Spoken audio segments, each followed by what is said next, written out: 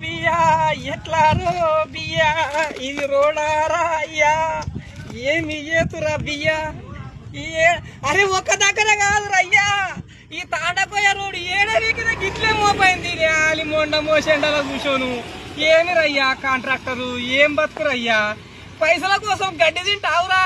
నీ నోట్ల అంబలి పోయ్యా నేను కొండపోయి గడ్డన పెట్టి దేవులాడా ఏమిరా ఆకలి అయితే కూడే తింటావురా నుంచి రాక పీక్కుంటూ వస్తాయి ఏడ పీకినా కూడా ఇంకో జొన్న రోడ్డు తైద రోడ్డు ఇట్లా పెంచి మీద కలిసి చూసినట్లు వస్తుంది ఈ రోడ్ల మన్ను పోయ్యా ఏం సారోళ్ళు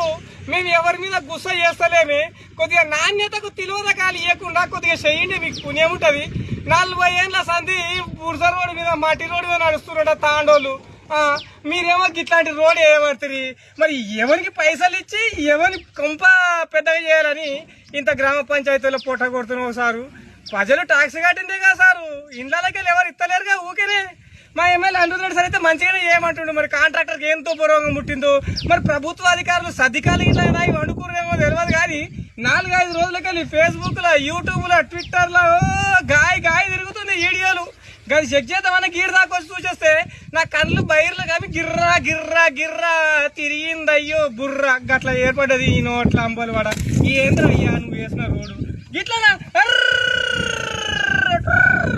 చూడు అయ్యా చూడు బతుకు చేయడా నీకు నోట్ల అంబలు నీకు పురుగులు వాడా నేను తీసుకుపోయి గడ్డ కొట్టి ఇంటికాడ దేవురాడా నీ బతుకు బతుకైనారా ఇట్లాంటిది చేసుడు నీ సోపతులు అంబలి పోయ్యా నీ మీద ఏం కోపం లేదు కాంట్రాక్టరు అది క్వాలిటీ మెయింటైన్ చెయ్యి బువ్వలా పేడ కలుపుకొని తింటలేవుగా సొయ్యి తెచ్చుకో